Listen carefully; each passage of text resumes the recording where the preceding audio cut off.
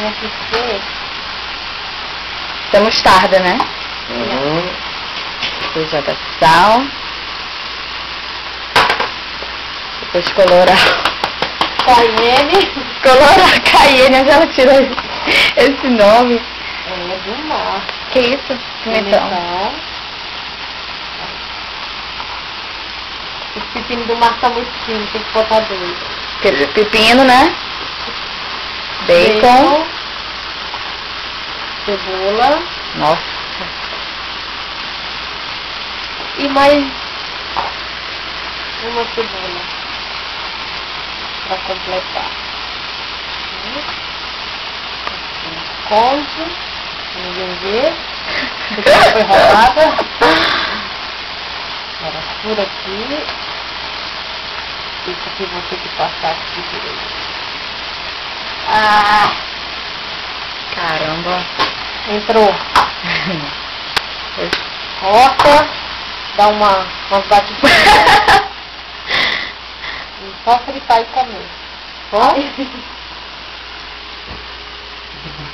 Alô. Agora os bichos que tem aqui são bichos velhos. Michel Cozinheiro. Deixa eu ver quantos tem. Mais um minuto. Ai, isso. Ai, que delícia, cara. 3, 6, 7, 8, 9, 10, 11, 12. 13, 14, 15, 16, 17, 18, 19. Cada pessoa vai comer um só, né? É muito grande pra uma pessoa comer. Marcos, você pode colocar 3. Eu também como, então não vai precisar fazer mais, porque ó, tem muito. Aqui, São 9 pessoas. Você pode gerar dela, não pode? Sim, são 9 pessoas, não precisa fazer 20.